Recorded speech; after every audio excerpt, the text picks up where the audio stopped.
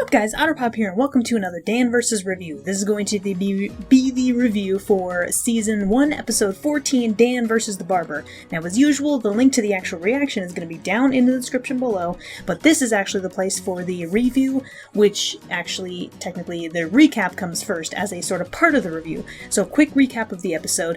Barber gives Dan a botched haircut before an important date, and so Dan seeks vengeance by doing the same thing. Unlike a lot of other episodes thus far, this one doesn't have any, noticeable or intentional parodies that are kind of put into it, but that doesn't mean there aren't some interesting stories to talk about. Now, I mean, there is a little bit to talk about with Dan's personality, something that I have noticed time and time again throughout the series. No, I'm not talking about his intelligence this time. I'm not going to be talking about that for this particular review. That's going to be for other reviews, although maybe it'll slow down due to, Dan vs. George Washington, where a little bit more explanation is given on that, but regardless. So Dan's initial plan for Chris to hold down the Barber while Dan cuts off the Barber's hands was fairly extreme, because again, he's been noting, I've noticed that he's gone from very extreme, upwards of, cutting people's hands off and killing people, to fairly mundane, where he's not going to go to that extreme necessarily, if that makes any sense. I mean, sure, his eventual plan in the end is just to give the Barber a bad haircut, like, the Barber did to him, but still, it's like, I've just noticed this constantly throughout the series, where he's either very extreme or not extreme at all in terms of his plans. It's kind of interesting. The exact same thing with his intelligence, though, where it seems like he knows some things, but he doesn't know other things, even though he maybe should. Or maybe he does know things that, how and why would you know that? But I don't know, it just seems to go back and forth sometimes. His character is a very confusing one to analyze sometimes as a result, but maybe that's intentional or maybe that's not. It's kind of hard to tell. Now, I've done this with a previous episode where there's a big thing that I want to talk about, so I saved it for last. I'm going to do the same thing here because there are only a couple little random miscellaneous things I want to talk about, because the big thing that I should talk about for this particular review is a fairly large and interesting story, so I'm just going to cover some of the random little details I noticed throughout the episode. So, Ninja Dave's cookie shop makes a reappearance again, so it just reinforces my idea that, oh, maybe Ninja Dave could be some sort of ally in the future, maybe though, because, I mean, they've been to his cookie shop, but I don't know if we've seen Ninja Dave again, but it would be nice to see him again, because he could be a valuable ally in some cases. You never know. I mean, I know that I mentioned that in a previous review, and I still think that it would be fascinating if he did join them as an ally at some point, but for now, I guess his cookie shop making a reappearance is going to be good enough. Obviously, the thing that kind of incites the entire episode is that Dan managed to get a girl to say yes to a date. I mean, it was to a, horror, zombie-esque movie or something like that, but he still got a girl to say yes to a date. With him. With little effort. Even Elise was impressed. And I was certainly impressed. I was impressed at the very beginning of the episode. I'm like, how did you do that? I didn't even think it was possible for him to do that, but how did you do that? And of course, it turns out I was right about the voice actress. Becky was voiced by Cree Summer, who has done a number of voice roles over the years. She's got a fairly distinctive voice, but I mean, some of the most prominent roles that I'm familiar with her from is Number 5 from Kids Next Door, Valerie Gray from Danny Phantom, and Azula from the Avatar: The Last Airbender. She's got a pretty distinctive voice. As soon as I heard it, I'm like, oh, I know what her voice is. I was still confused about the Barber because I'm like, okay, well, I know that voice, but I can't think of it. I couldn't locate the source of the voice either, but maybe I just didn't quite do enough research. I don't know. If you guys know what it is, let me know. But I was just, I just knew immediately that that was Cree Summer's voice. I couldn't remember her name, but I remember that it was her voice for sure. Again, fairly distinctive voice, and I seriously love, she does a variety of roles. It's fantastic.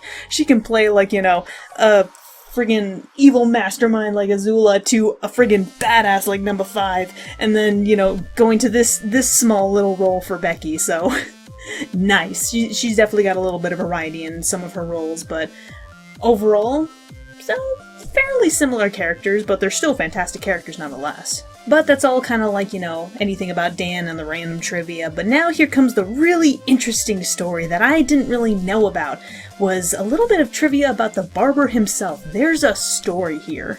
So first off, a couple of quick little random things about the Barber is that I suspected as early as the title card that there was a connection between the Barber and Becky, since, her name on her license was Becky Barber, and it was, Dan was going to a barber. It was Dan versus the Barber. Like, I knew, right around, or even before the title card showed up, that there was going to be some kind of connection. Again, I think I mentioned it in my reaction as well. I suspected that there was maybe a father-daughter relationship going on here, but I just kind of kept those thoughts to the back of my mind. But as soon as I saw that, they were out on a lake cabin together, I'm like, yep, father-daughter. My first instinct was right. And it also, it leads me to believe that Becky is probably biracial, because if you think about it, she's got a African-American mother and a white father. Or can I just say Caucasian? Caucasoid. Yeah, Caucasoid father, basically. So, the only explanations are, some kind of, sperm donor because maybe he can't have kids, or she's biracial. Either way, that's fine. But you wanna know something? You wanna know something really interesting, which I found out, is that the Barber was originally supposed to be African-American, not Caucasian.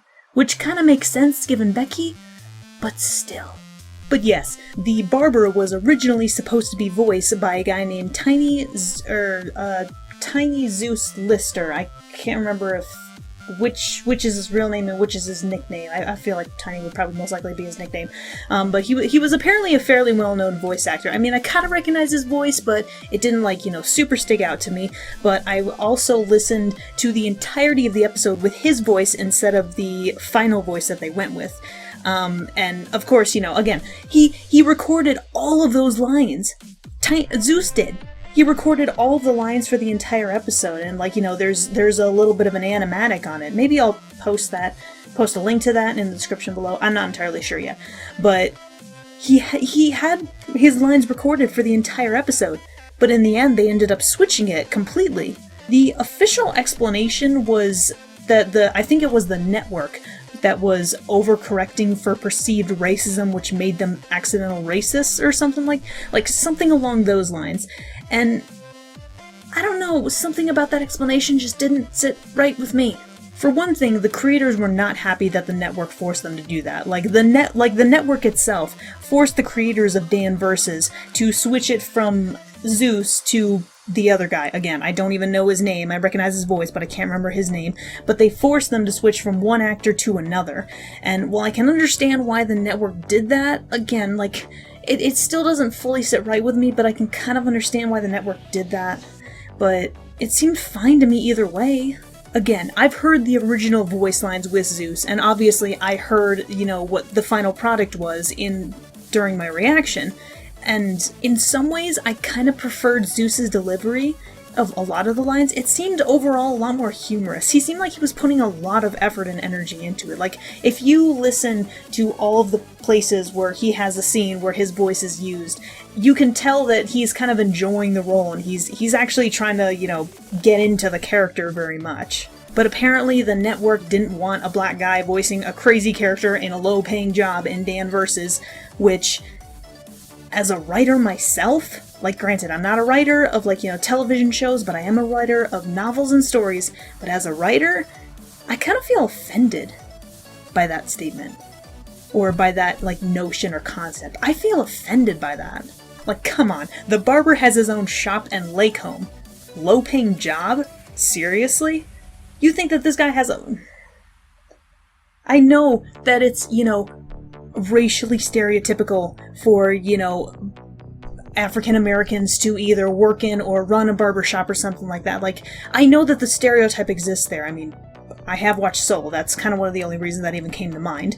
But, really? You think that's a low-paying job? The guy is he has his own shop. He has a big old fancy lake home that, when Chris and Elise went into it, there were all kinds of good wines and good foods to choose from the fridge. It's obviously not just a cheap little cabin in the woods. It's a nice, decent lake home. And you're gonna say that guy has a low-paying job? Are you kidding me? No character is perfect, regardless of race, gender, job, whatever the case. Every character has flaws. It's what makes characters and people in general interesting, because nobody's perfect. That's not how it works. And if everybody were perfect, I wouldn't be able to come up with interesting stories. Because that's how it works. Because every individual and every single character has flaws. And it's either like, you know, expanding those flaws or learning to grow out of those flaws that makes it interesting for characters and stories. Even if it's just one-off characters like the ones we see in Dan vs. all the time. And come on, these guys live in LA. That's a place of diversity. Why are all the bad guys white? Like, all of a sudden you're gonna make one black and the network throws a hissy fit over it? Seriously? Again, I can kind of understand why the network did it, but it just really kind of irks at me from the inside for a couple of reasons. Like, I don't really... in a sense, I didn't mind either delivery. They both sounded fine, but the original idea of having Zeus as the voice actor for this particular role would have been a nice and a funny deviation, and, you know, clearly the voice actor had no problem doing it. He seemed to be fairly enjoying it. So why did the network give a shite about it? Like, why do they give so much of a shit? Again, I know I keep saying that I get why they did it, but it's one of those weird situations where, like, I get it, but at the same time, I don't get it, or more accurately, I don't want to get it. Because, I mean, if you really think about it, if the show had been made nowadays, people wouldn't have too much of a problem with it. They really wouldn't. Like, come on. This is years later than when the show was originally released. This is like probably almost a decade later or something like that. I just don't understand why the network had to make such a big deal about it. The creators weren't happy, and I can absolutely understand why. Again, both of them would have been fine. Both the original and the final voice actor. But I don't know. Zeus's delivery in some lines was just a little bit funnier, and I don't know, it seemed a lot more natural in a sense. And I mean, it kind of would have explained Becky a slight bit more, but, you know, I guess she could be biracial. That's totally fine. I mean, nothing wrong with that, really.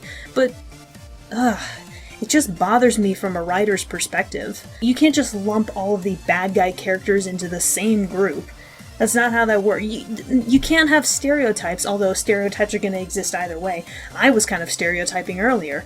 Kind of accidentally, but at least there was kind of a point to it. Whatever. I'm going to stop before I go on too much of a rant, because especially once it gets into, you know, issues like this, or, you know, writing characters specific ways, and stereotypes and characters and stories and stuff like that, I tend to ramble on, and I'd rather not do that, because otherwise I'd probably be doing it for like half an hour, and that is probably a really, really bad idea. But I guess the network had to be a little bit stingy, or they wanted to be stingy, or maybe both. But it is what it is. I feel like the original voice actor, the original voice lines, would have been fine in the episode. Absolutely. I would have had no problem. It could have gotten a laugh out of me. I mean, it still got a laugh out of me a little bit, but still. But that's probably all that I got for this particular episode. Again, I don't want to rant on for too long, because otherwise I might get a little bit heated with me, and I'd rather not get to that point. So, well, thank you all for watching, and I hope you guys have enjoyed this reaction and review, and even learned something a little bit new. I did find these particular facts about, you know, the Barber trivia fairly interesting. So, as usual, until the next video, guys, check you laters.